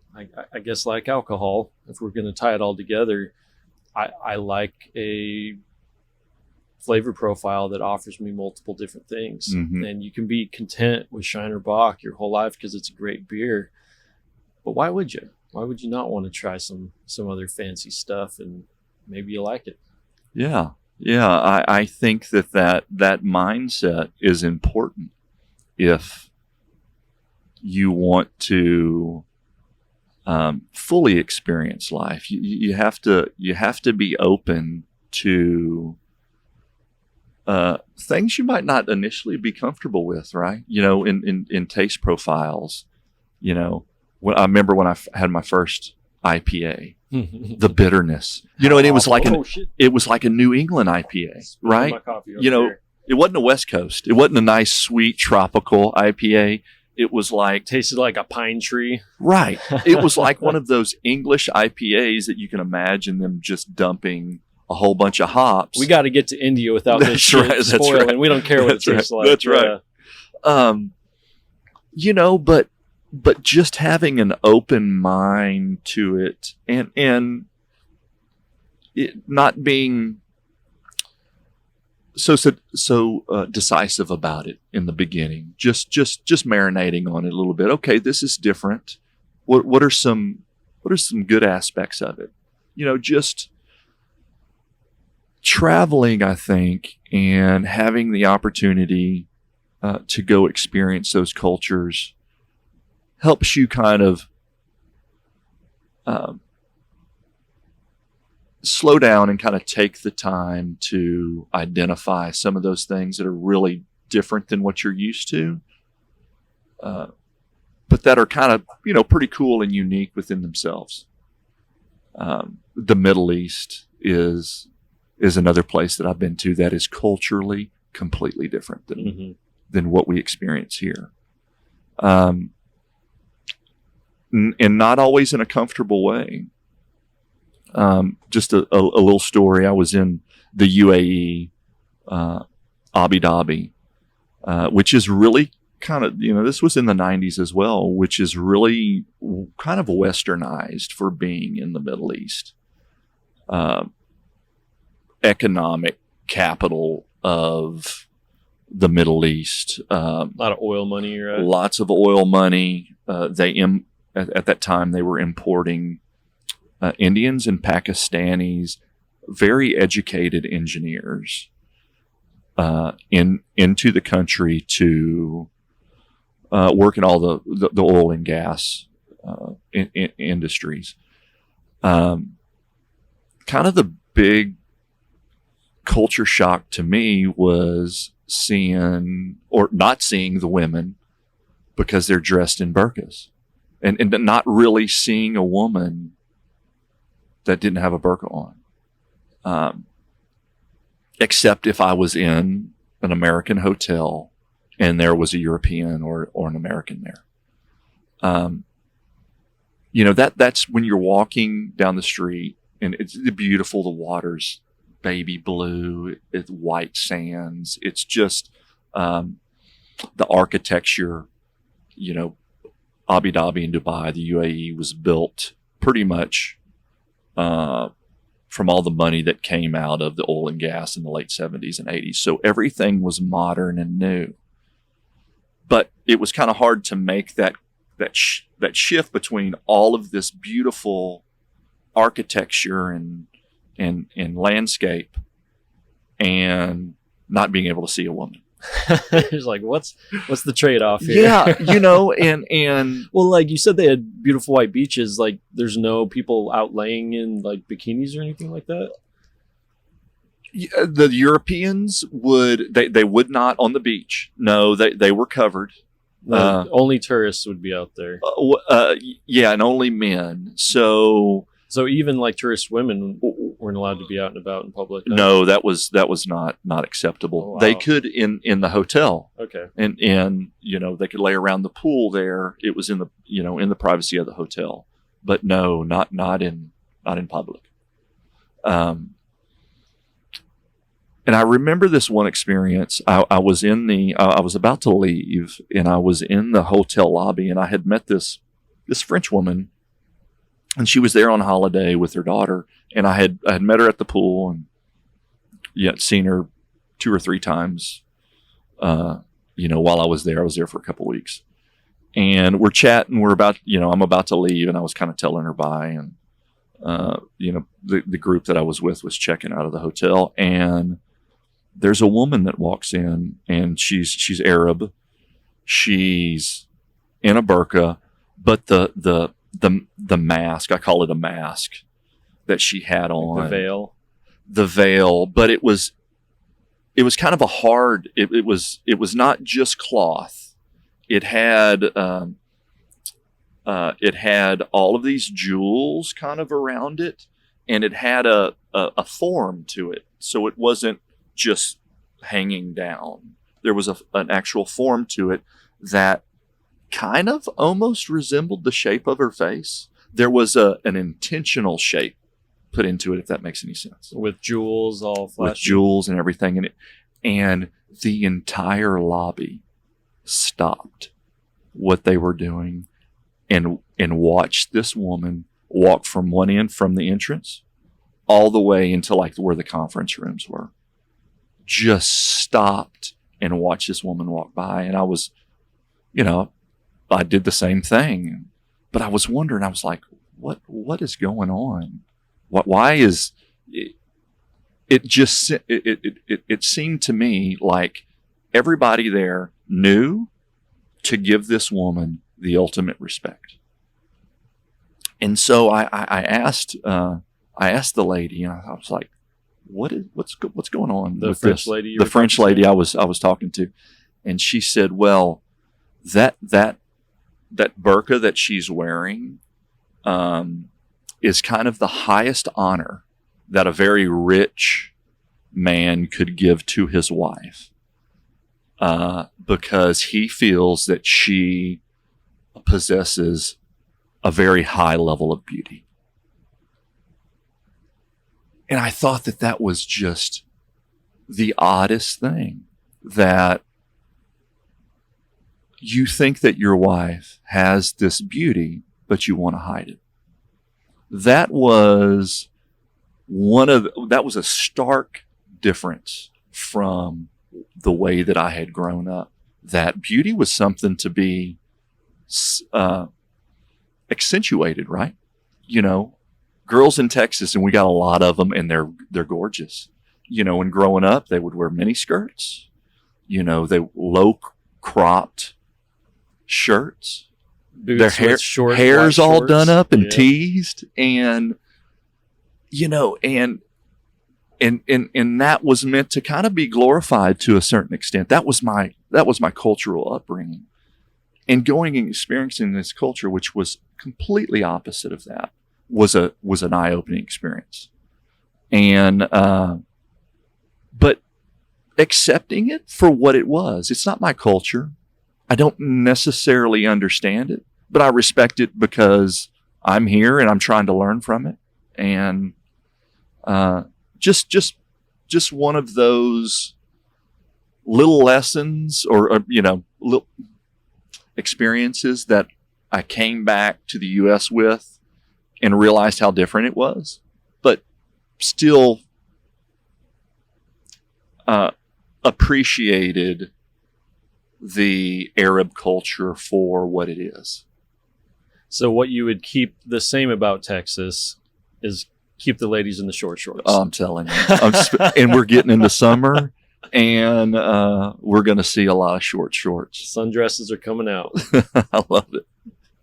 So coming back to Victoria, a lot of the listeners are international, just basically due to the fact that I spent some time in Europe and met a lot of great people. I still like talking local. Regardless of where I am, I like talking local because it allows, it creates an environment where artists thrive when you support local. And I had Josh on, who's the founder of Free Art Victoria. He's going to be doing a lot of different art projects around Victoria to beautify it, and the city's seen his value and is going to help out with that. What in your eyes, a business owner in Victoria who is building an empire here, specifically in the liquor side of it, what are some other businesses or movements that you've been seeing here locally that we should all kind of start pouring our support into to kind of help build the local community? Well, I think first and foremost, it's a great time to be in Victoria. There is a growing movement to bring some culture and eclecticness to the old part of Victoria. So historically, all the growth's been on the north side. There is a lot going on downtown, and so there's a lot of people that are wanting to build some really, for lack of a better word, some really cool stuff here in Victoria and on the south side. And so, of course, you got Devin with Empire really, bringing in some cool stuff with his brand. But another one that comes to mind is Brandy and Joe Bratton, who own Cryo Depot, and they are fitness experts and consultants in the health industry. And Brandy's recently got into doing energy work and Kundalini yoga. But those guys also have Raven's Garden, which is a really cool. Once a month, they do it on Saturdays evenings. They bring in vendors that have something unique about them. They bring in artists to exhibit their art. And is that the one on Main Street and Houston Highway? Rio Grande and Main Street, which is the Business 59. That's Okay. exactly right. Rio Grande, Houston Highway, Business 59, and Main Street. And it's the warehouse right there next to the railroad tracks. And Joe and Brandy they've gone in and built a really cool garden. I always wondered what that was. Yeah. I've never been. No, it's actually a working garden, Very cool. and they have a chicken coop back there. And Joe just recently built this really cool fire pit that he formed into the base of a tree. We made it look like a tree that was cut down, and and the fire pit's in the middle of it. It's just really cool. But anyway, they have their Ravens Garden every month, and they have live music out there, and they have their next one I think coming up on April 30th, and that's the last one for the season until the fall. So they keep it to the nicer weather months here, and so really those guys are doing some cool and eclectic things. So on the 30th, if people are interested, you just walk up and Yeah, it's free to the public. And you said they had booths there to what kind of setup do they have that they put in? Well, they just kind of scatter everybody out, and actually my stepson is playing there on the 30th, Weldon Briggs, and he's got a really great acoustic sound, plays harmonica, sings as well. He'll be playing to kind of close out their spring 2022 Ravens Garden. I when it comes to, they have different vendors every time. Last time it was a couple of guys displaying their art, very very unique. Some of it was painting, some of it was photography. Rusty Hook Winery was there. They're a local winery out of Port Lavaca. They were there showcasing their different wine expressions. Brandy's doing tarot card readings in another little section of the garden. My wife would be all over that. Yes. She was just talking about that last night. She's pretty crafty, and just a really enjoyable evening. The people there are really really interesting and easy to talk to, and it's just a great. Hey, Ever. Hi. It's my little 8-year-old trying to find her mama. She looks like her mama. She does. Yeah. Beautiful little girl. She's off school today. I guess they didn't have school because it's Good Friday. Oh, yeah. So they do that once a month. You call it Raven's Garden, but throughout the rest of the month, they have nutrition, fitness, and Sure. the cryo is really. I picked your brain a little bit about it the other day because I've always wanted to do that. Why would anyone go into a device that would freeze them? So actually, that's kind of Joe's baby, and I usually do that once a week. It's a way of kind of rejuvenating yourself after a week of hard workouts, and so I don't know if being an athlete when you were growing up, if you ever took ice baths. Mm-hmm. It's a way of, if you can tolerate it, of basically keeping inflammation away. If you have strains and different muscle fatigues, the cold is basically it runs all of the blood out of the muscle, right? And so it's able to heal itself quicker without inflammation. And so it's similar to an ice bath, but it's very concentrated. It's in a chamber. Of course, your head's not in there, and it just blasts you with with cold air, basically nitrogen. And I think it gets down to minus 200, roughly 250 degrees Celsius. Cow. And you're in there for, I think, a minute and a half or 2 minutes. Pretty uncomfortable? Not overly.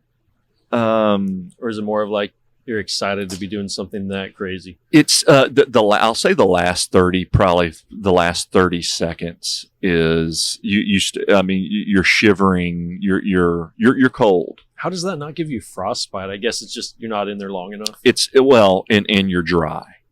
Oh, so okay. Yeah, so that's one of you usually wear these slippers and gloves, and of course I wear boxer shorts in there, but that's it, and actually some socks. So you want to keep the parts of your body that you don't really have a lot of muscle. You want to keep those covered, because really what you want the cold penetrating the areas of your body where the muscle is, and it's good.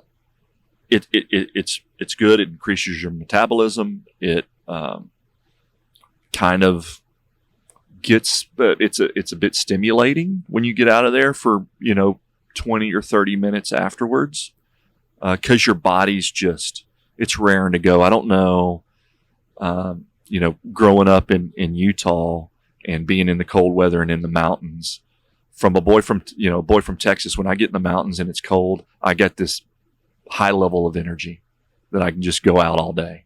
And it's kind of like that, right? You just get this burst of energy, and it's helping you to kind of repair your muscles if you're doing some pretty serious workouts. Well, I'm going to have to check that out. I've always been interested. Never actually, I didn't even know there was one in Victoria. So that's great news. I'm definitely going to have to reach out to them. And Shawn, man, I can't thank you enough for coming on, talking about some pretty badass shit with me. Well, I appreciate the invite and have enjoyed it. And we'll definitely have to do a volume 2 and make sure it's not during your 75 hard. Yeah, we can sip on a little bourbon. Get a little Suica from Romania down our throats. Yeah, what you think about that. Yeah. But thank you so much for coming on, and I'm definitely going to be keeping in touch with you, heading down to the store and checking out Texas Liquor. And any other shout outs you want to make before we get on? No, I think I've done them all. Just keep her going, babies. Love it. All right. Thanks, Take Shawn. care. I Bye, everybody. am Woodstock.